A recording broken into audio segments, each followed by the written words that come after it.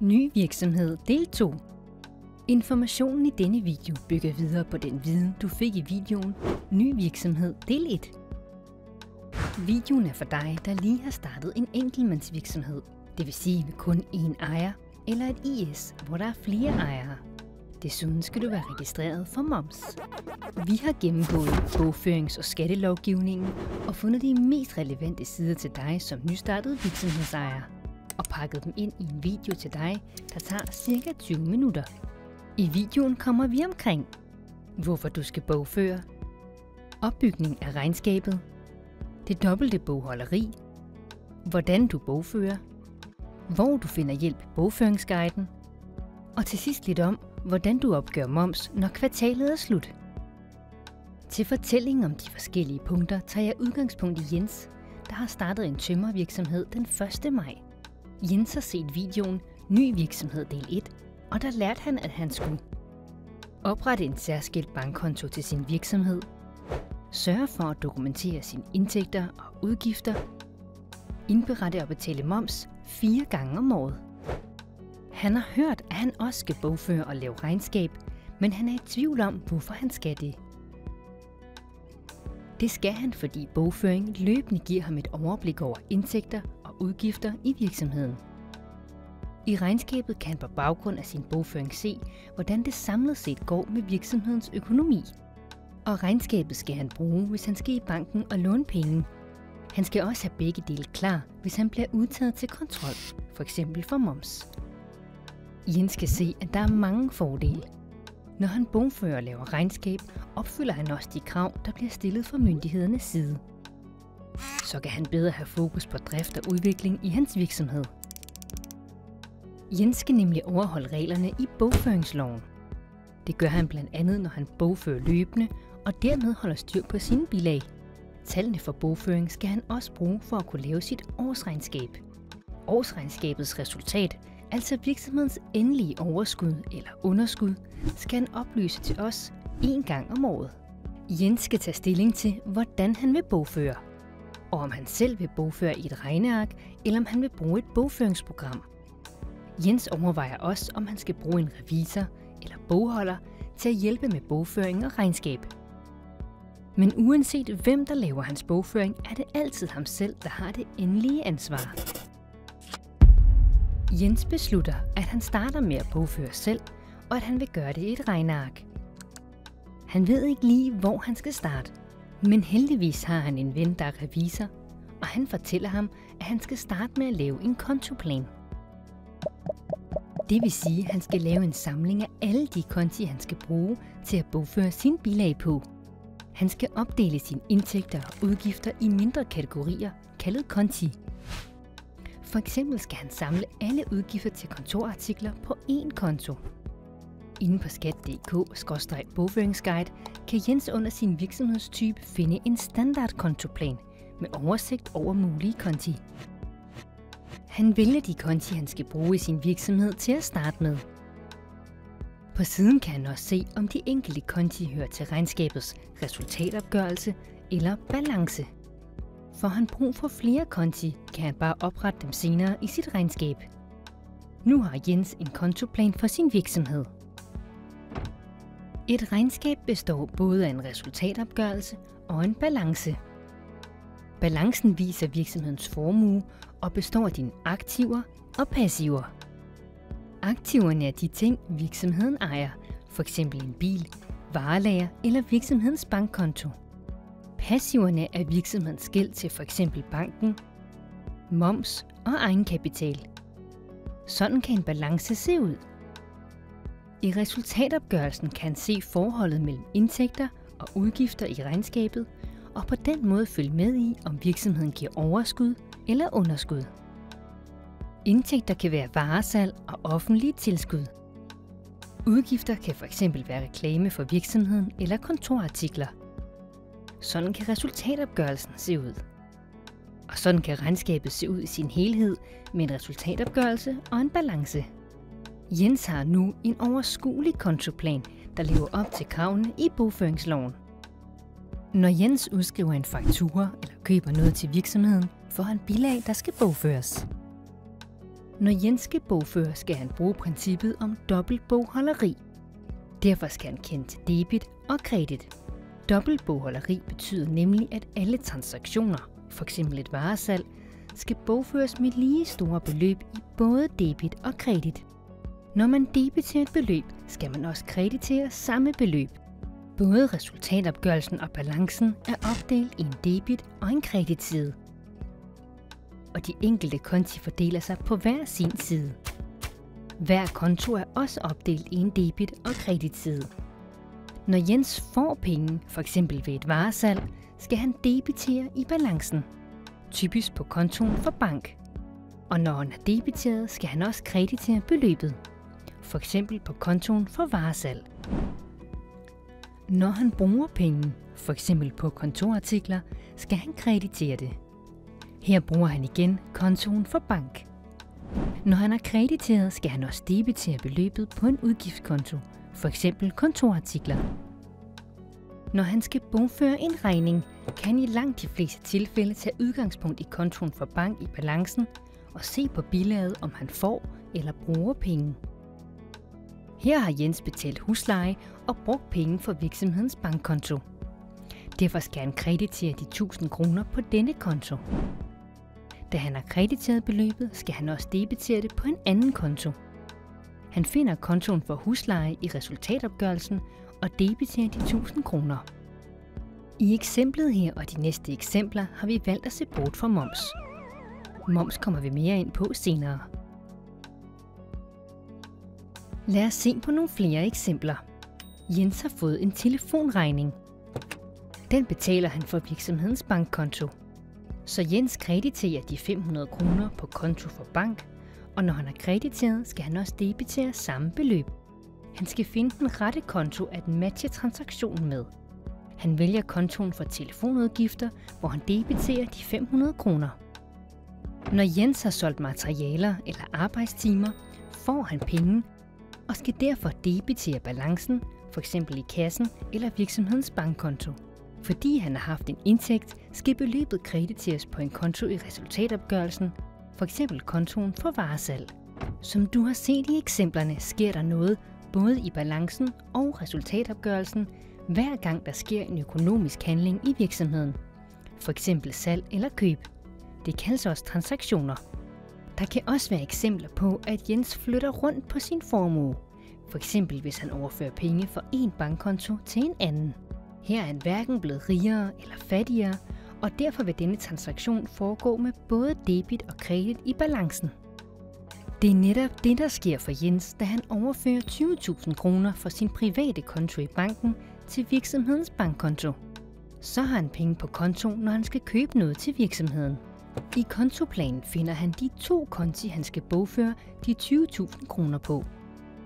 Det er kontoen for bank og kontoen for privat indskud, der begge hører til i balancen. Jens skal betale nogle private udgifter og har derfor brug for at trække penge ud af virksomheden. Hvad skal han gøre, hvis han hæver 10.000 kroner på virksomhedens bankkonto? A. Han skal lave en lønseddel og indberette A-skat og AM-bidrag, inden han overfører pengene. B. Han skal bogføre det som en privat hævning.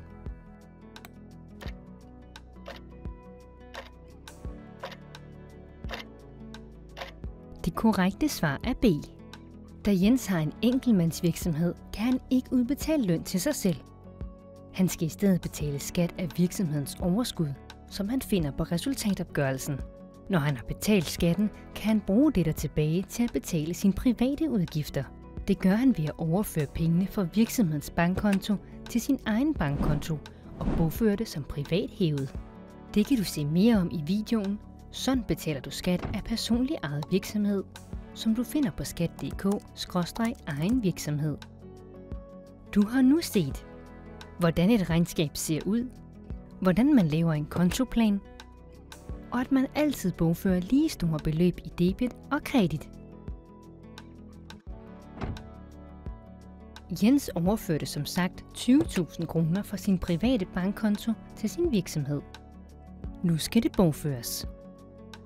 Der skal være et bilag for hver enkelt transaktion, altså for hver økonomisk handling i virksomheden.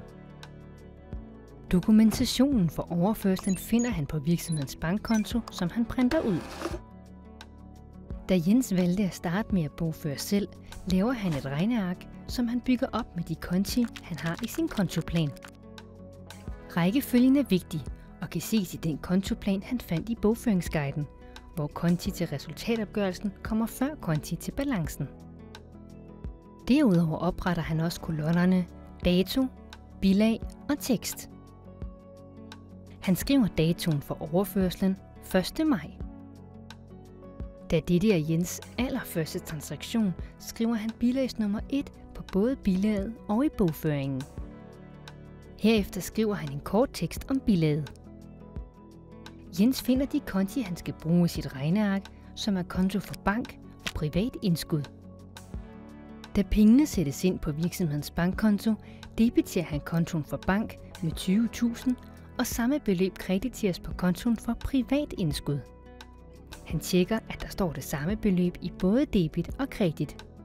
Bilaget gemmer han som dokumentation. Jens har fået sin første opgave. Han skal skifte nogle vinduer for en kunde, og han køber vinduerne den 2. maj. Datoen står på fakturaen, så derfor skal købet også bogføres den dato. Han giver fakturaen bilagsnummer 2. Vinduerne koster 12.000 kroner plus moms på 3.000 kroner.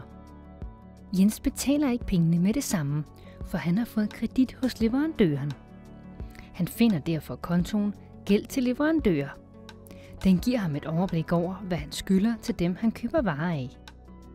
Her krediterer han det fulde beløb på 15.000. Så finder han kontoen for købsmoms, som han debiterer momsen på. Han har brug for en konto, hvor han kan registrere sine varekøb. Derfor tilføjer han en ny konto, hvor han debiterer købsprisen uden moms, altså de 12.000 kroner. Nu er der i alt bogført 15.000 i både debit og kredit, så det stemmer. Jens har nu skiftet vinduerne, og han laver derfor en faktura til kunden den 3. maj. Fakturaen er bilag nummer 3. Den lyder på 24.000 kroner plus moms på 6.000, i alt 30.000. Jens har givet kunden kredit, og derfor laver han nu en konto for debitorer, så han kan holde styr på, hvor mange penge han har til gode. Han debiterer det fulde beløb på 30.000 på kontoen. Derefter tager han sin konto for salgsmoms, hvor han krediterer de 6.000, og finder kontoen for salg, hvor han krediterer de 24.000. Han har nu bogført 30.000 kroner i både debit og kredit, så det stemmer. Når Jens senere får de penge, hans kunde skylder ham, skal det bogføres. Påvirker indbetalingen resultatet af virksomheden?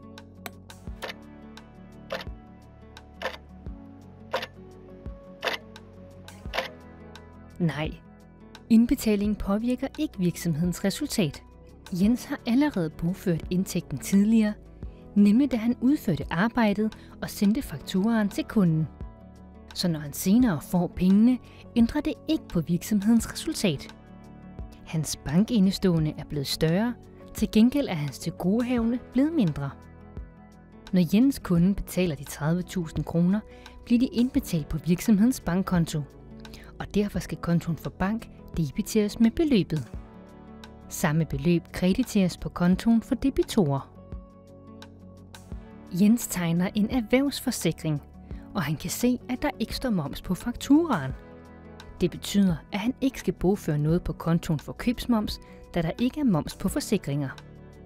Han betaler med det samme og krediterer 635 kroner på kontoen for bank, og kontoen for forsikringer debiteres med samme beløb. Jens kan kun få fradrag for købsmoms, hvis der står moms på fakturaen. Her er Jens regneark med alle de konti, han har benyttet sig af gennem den første tid i virksomheden. De konti, der knytter sig til resultatopgørelsen, er opstillet først i venstre side, og derefter kommer balancens konti til højre. Jens støtter sig til den kontoplan, han fandt på skat.dk, når han skal finde ud af, hvilke konti, der hører til resultatopgørelsen og til balancen. Der er mange konti, men han bruger kun dem, der er relevante for hans virksomhed. Jens synes stadig, det er svært at finde ud af, hvilke konti han skal bruge og hvordan han skal bogføre. Nu har han købt en trailer, som han vil bruge 80% i virksomheden og 20% privat. Han er i tvivl om, hvordan han skal bogføre det. Det er lige netop her, der hjælper hente i bogføringsguiden. Guiden hjælper med et forslag til, hvordan et bilag kan bogføres. Den kan han også finde på skat.dk/bogføringsguide. Han vælger virksomhedstypen enkeltmandsvirksomhed uden ansatte.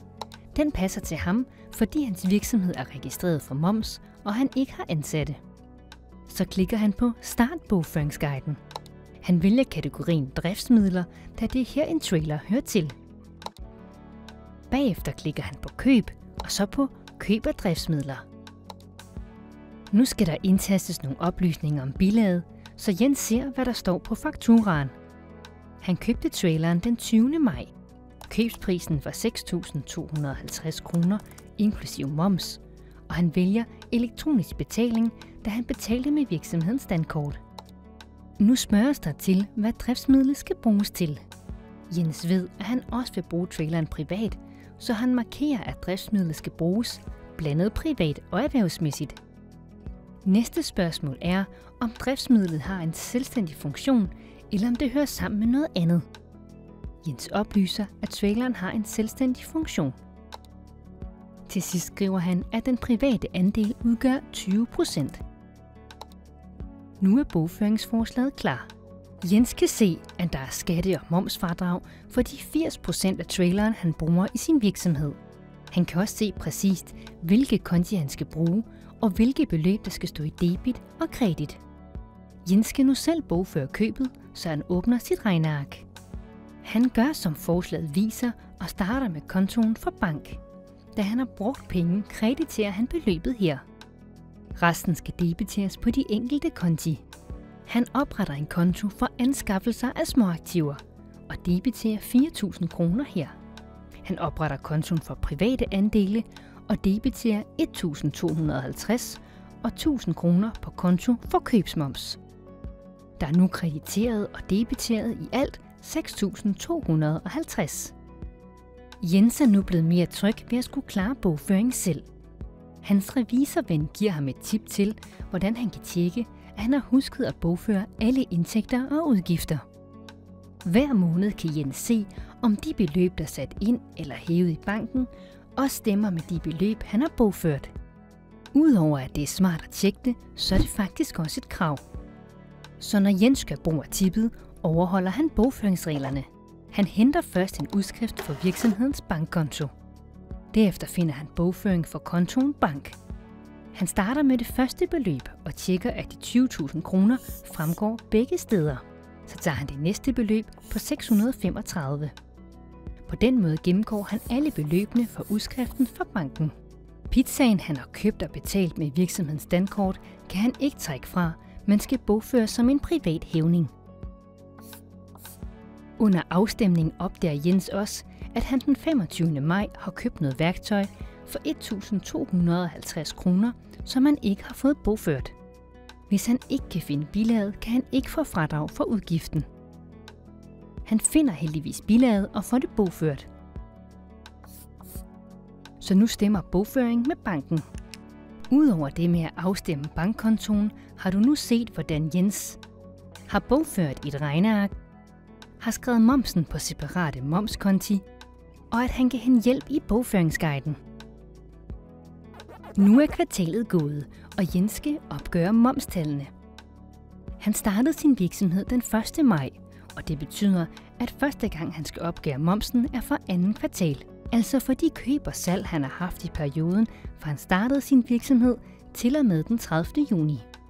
Han finder kontiene for salgsmoms og købsmoms. Først kigger han på salgsmomskontoen, hvor han lægger alle beløbene sammen.